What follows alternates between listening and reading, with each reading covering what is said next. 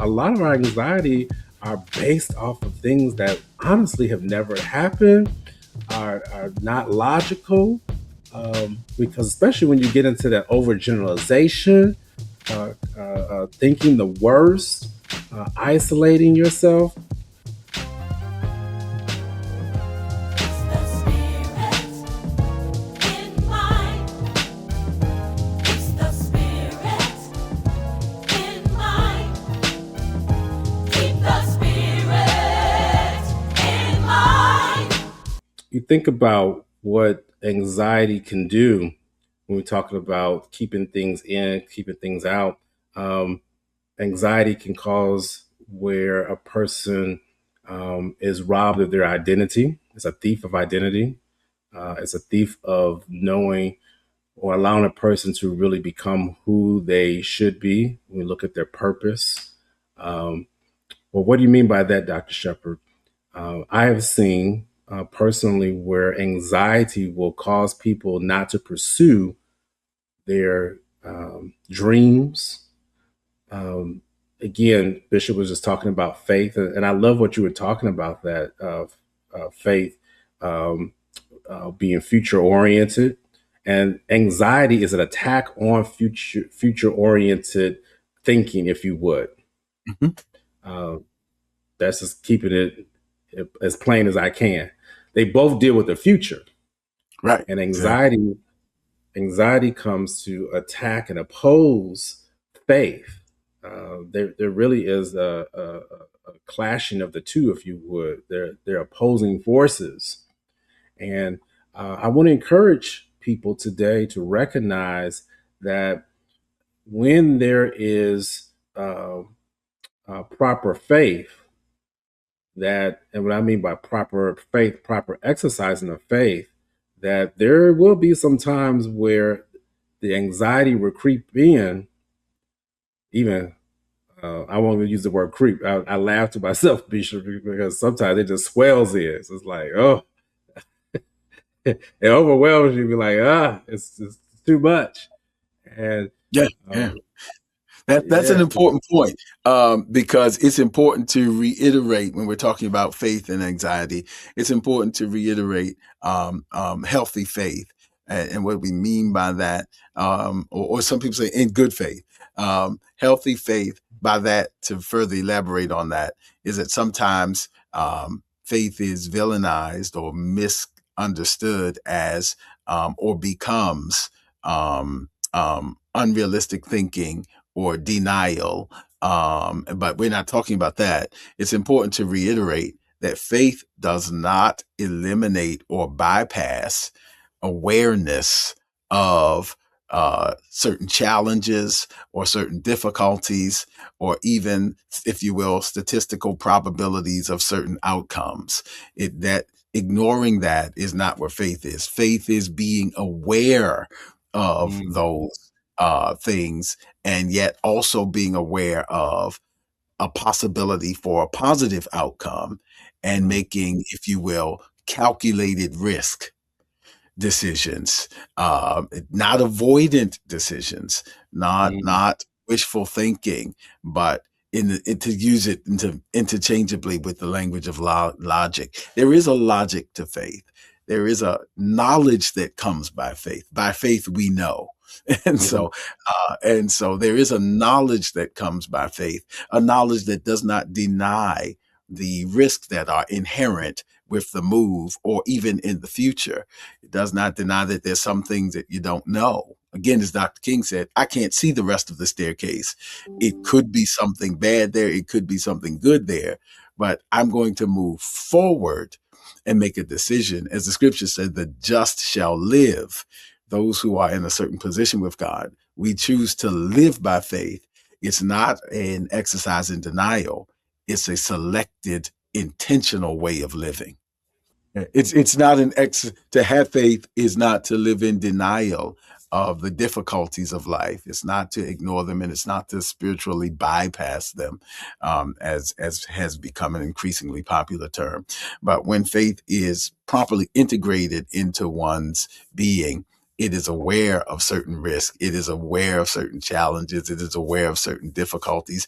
It is aware of the possibility of certain undesirable outcomes, but it is a calculated decision to trust in the possibility of positive or more desirable outcomes, and or even if the outcome that comes from a particular situation is not what one desired, is that it is still not the final decision. Faith always believes that in the final say, something positive is coming out of it. In the Christian tradition, even at the end of this life, our faith says that the end of this life is not the cessation of life.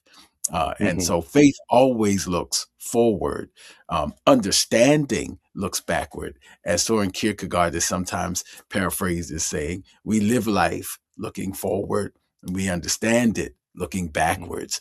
Or as Paul said, hope that is seen is not hope. In order to be faith, in order to be hope, there has to be an element that we don't know according to our observation of predictable outcomes and sensorial evidence. So faith doesn't have sensorial evidence by definition. I can't touch, taste, see, hear, or Wow. smell it. And yet, I still believe that the future has the possibility for me to think positively about the outcome concerning the future. Bishop, this is so good because many times we hear, and I've grown up in the church where people will say faith is illogical or there's no logic to faith. I've even heard that said over the pulpit, and people, just believe. But thank you for sharing that because faith is a thinking man, and I remember my pastor back in Chicago would say, Christianity is a thinking man's religion. Sometimes people would think that, well, it's just blind faith. It just go, but and I understand that there are certain things where blind faith is needed. But thank you for sharing that because, and I want to emphasize that the logic behind faith, because again, it there is a opposite or antithesis to this regarding anxiety. Anxiety will have you worried about stuff that is not logical. Now, some stuff, yes, it could happen, but many times we are worried about something that we have created this false narrative. We have created a bigger picture about something that hasn't even transpired, hasn't even been thought of. And I've even seen where people are now counteracting the statements of what would happen if something goes wrong with, well, what would happen if everything goes right? Because we have to utilize that balance of where, man, well, what do we do if something goes wrong? Well, wait a minute, what happens when everything could go right? And typically things tend to go more right, if you would, than wrong. So some of our anxiety, I want to just say it, emphasize it. A lot of our anxiety, a lot of our anxiety are based off of things that honestly have never happened, are not logical, because especially when you get into that overgeneralization, thinking the worst, isolating yourself. And so, thank you for helping our listeners, Bishop, and even helping me to just hear that contrast between faith and anxiety. That's powerful, Yeah, really yeah, powerful. absolutely. And there are multiple big biblical examples, but for whatever reason, just extemporaneously, what's coming to mind is, let's take the three Hebrew boys, for example, and they're standing before the king, and they say, "We are not careful to answer you," which transliterates to mean we're not anxious or afraid in this matter. We're fully aware of the risks that we're taking, that there is a Mm. possibility that if we do not comply, that we are facing a fiery furnace. Oh, you know what I mean? We are fully aware of the risk that is involved.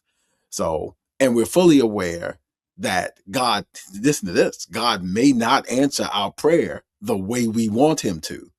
Mm. He may deliver us because he is a deliverer. He may not because it may be his will for us to experience this. But either way, our faith says we still won't compromise our convictions because why? On some level, they believe there is more to be accountable for, even after the cessation of life. So faith is by definition a forward thinking process because at the moment, Hebrews famously says faith is the substance of things hoped for, is substance, but it's immaterial. It's evidence of things not seen. It's invisible, but it's influential, which is really the definition of spirit. Spirit is the invisible but influential presence. And Mhm. so there is this invisible but influential presence, a dynamic force, if you will, to integrate a little Freudian conversation in there. But there's this dynamic force that is invisible but influential and yet motivating visible behaviors. The motivation is the motivation of the possibility of a positive future outcome as opposed to a negative future outcome. Yeah, yeah. Oh, this is good. This is good. This is good, Bishop. We're going to have to start to wrap up here. Wow, this has been powerful. As you see, this is something that we are invested in for our men. We want people to live the abundant life, live their best life. We want to make sure that if you are dealing with anxiety, if you're dealing with depression, these are two of the major mental health disorders that we're facing up against in our society, really across the globe. These disorders are not just here in the United States. And thank you, Bishop, for even emphasizing just how we are seeing continued um, rise in mental health disorders throughout the country. And so we appreciate the fact that we have listeners throughout the country, throughout the globe. Honestly, to be honest with you, share this with someone. Share this with a person who you know who's been struggling in their faith. Share this with someone who has been struggling with anxiety, not being able to move forward. We want you to know there's help for you. If you're in need of help, you can reach out to me. I do direct care services. I still do some direct care services, licensed here in the state of Maryland's licensed in the District of Columbia. I'm about to say the state. District of Columbia is not a state yet. Be clear about that. But I am licensed in both places. And if you are in need of someone in another state or territory, let us know. We may be able to connect you. But we want to let people know that there is help and assistance for you. Thank you for this platform, for you allowing us to come in to where you're at as you're driving, as you're at home. So many people, Bishop, have told me even while they're driving into work, they're listening to us to get their day started. I've had several men through ministries and other avenues where I've met them listening to us as they're preparing for their day. And so, thank you, thank you, thank you, Bishop. Absolutely, absolutely. And we really got to go. But just in case somebody's watching, I do want to illustrate that when you leave here, what do you do after you finish watching this streaming episode? I want to make it very practical. So we're talking about making the calls to get the help you need to get. Whether it's for direct care services, pastoral care services, whatever calls you need to make to a wise friend, the calls and the critical conversations that you need to have. There's two ways you can look at them. Right now, you're talking about doing something in the future. You don't know whether is there a possibility that it could go bad, that it could go, the call you make, your apology not be accepted, you not be able to get an appointment in the week that you want it. Is that possible? It's possible, but it's also possible that it could lead to the thing that improves the quality of your life.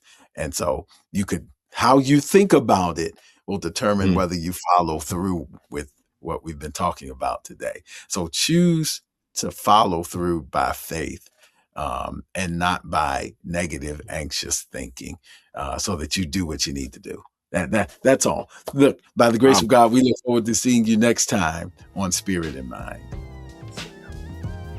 The spirit in